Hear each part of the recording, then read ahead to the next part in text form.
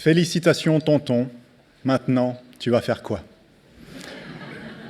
Mesdames et messieurs, distingués invités, chers professeurs, famille, amis et chers collègues diplômés. Cet été, alors que je préparais ce discours, ma nièce, âgée de 20 ans, m'a dit « Félicitations, tonton, maintenant, tu vas faire quoi ?» Cette phrase, si directe, si simple, m'a alors désarmé. Car sans le savoir, elle venait de pulvériser le discours que j'avais préparé sur nos accomplissements. Car au fond, c'est elle qui avait raison. La vraie question, ça n'est pas ce que nous avons fait, mais ce que nous allons en faire. Car nous repartons d'ici avec un bagage immense. Nous avons appris la stratégie, le marketing, la finance. Nous avons appris à débattre, à challenger le statu quo. Mais la question d'Inès nous ramène à l'essentiel. À quoi bon tout ce savoir s'il doit rester dans un tiroir? Le savoir ne sert à rien s'il n'est pas mis en action. Et s'il y a bien une leçon fondamentale que je retiens de notre passage au HEC, c'est qu'au-delà de la théorie, au-delà de la stratégie, c'est l'exécution qui prime. Des décisions difficiles, des choix importants, nous en avons tous à faire, que ce soit dans nos carrières comme dans nos vies personnelles. Et ce qui fera la différence, ça ne sera pas la complexité de nos analyses, mais le courage de nos actions. Et plus encore,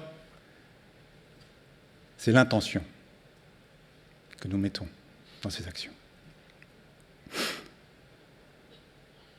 Pourquoi nous faisons ce que nous faisons? Dans quel but? Pour qui? Et surtout, comment? Alors, mes chers collègues, dans 3 générations, nos noms, nos visages seront pour la plupart d'entre nous oubliés. C'est un fait. Mais l'impact de nos actions, les ondes que nous aurons créées, par une décision juste, par un geste courageux ou par un mot bienveillant, ces ondes-là continueront de vibrer et de se transmettre bien après nous.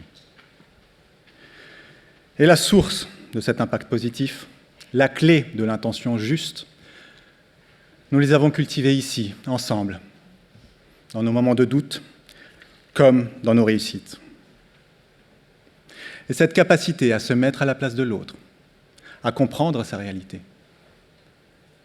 à non seulement agir pour soi, mais pour une communauté. L'empathie, c'est la compétence la plus précieuse que nous emportons avec nous. Alors, à la question d'Inès, maintenant, qu'allons-nous faire? Nous allons agir avec courage et avec humilité. Et en tant que leader, nous allons les prendre, ces décisions qui s'imposent. Mais nous le ferons avec une intention juste et guidée par l'empathie. Rappelons-nous que chaque jour est une nouvelle chance d'être une force positive, de transformer une idée en réalité, voire même de changer une vie. N'oublions jamais l'impact que nous pouvons avoir les uns sur les autres. Et je terminerai avec cette phrase de Ridley Scott que j'aime à me répéter.